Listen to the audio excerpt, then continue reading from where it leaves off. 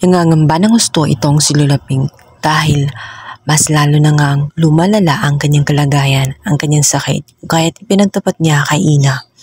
Ngunit nangako naman si Ina na hindi siya pababayaan, lalong-lalo na at may nakita nga silang anomalya sa loob nga ng kumpanya. Kaya naman nagsisimula si Ina na mag-imbestiga kung ano ba talaga ang totoong nangyari at kung sino ang nag-betray kay Lola Pink. At sa simula nga ng pagsisiyasat ni Ina, napansin niya ang kakaibang mga pricing na nakita niya sa mga produkto at ang sobrang daming stock ng mga product. At ang mga ito ay napakamahal. Nag-i-stock ang mga ito kahit marami pa na nakatenga sa loob. Kaya naman hindi nagustuhan ni Ina ngayong siya na ang CEO at sa pag-approve nga rin nitong si Lola Pink ay hinahayaan siya na gawin ang nararapat. Hinahayaan siya na kalkalin ang mga nakatagong anomalya sa loob nga ng naturang kumpanya. Kung kaya't nangangatog na ngayon itong si Charlie at ang kanyang mga kasapwat, lalong-lalo na ang mga assistant nito. Sa meeting pa lang ay mahalata mo talaga na parang may tinatago itong si Charlie dahil hinaharangan niya ang naturang rekomendasyon ni Ina na ituloy ang pag-iimbestiga at magkaroon ng transparency sa loob ng kumpanya. Sinabi nito na hindi na umano dapat gawin ni Ina dahil para pang nababastos siya. Sinabi ni Charlie kay Ina na walang nangyayaring anomalya sa kanilang kumpanya. Malinis umano ang kanilang mga ginagawa. Ngunit agad namang sumagot itong si Lola Arya na bakit humaharang itong si Charlie. May tinatago ba siya?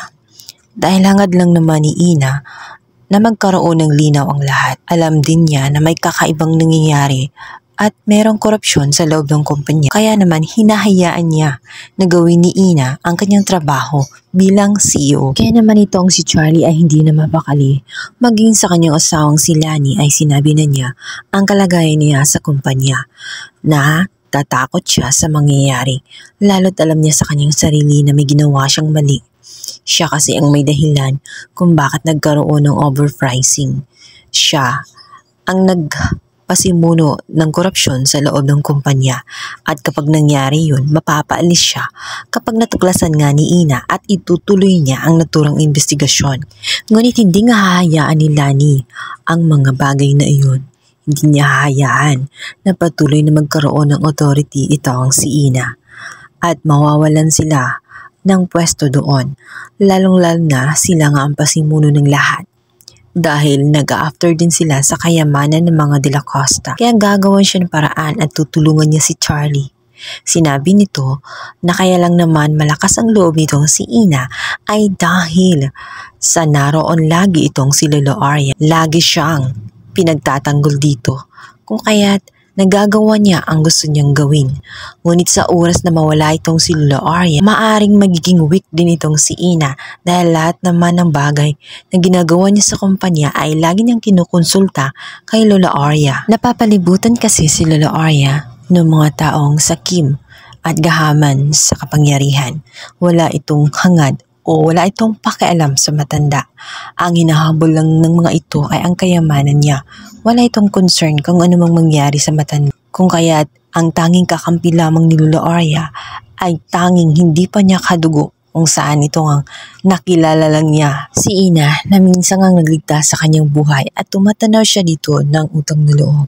Nakita niya kung gaano kabusilak ang puso nitong si Ina at nakita din niya ang bagay na hindi niya makikita sana sa kanyang mga apo, hindi na niya maaasahan.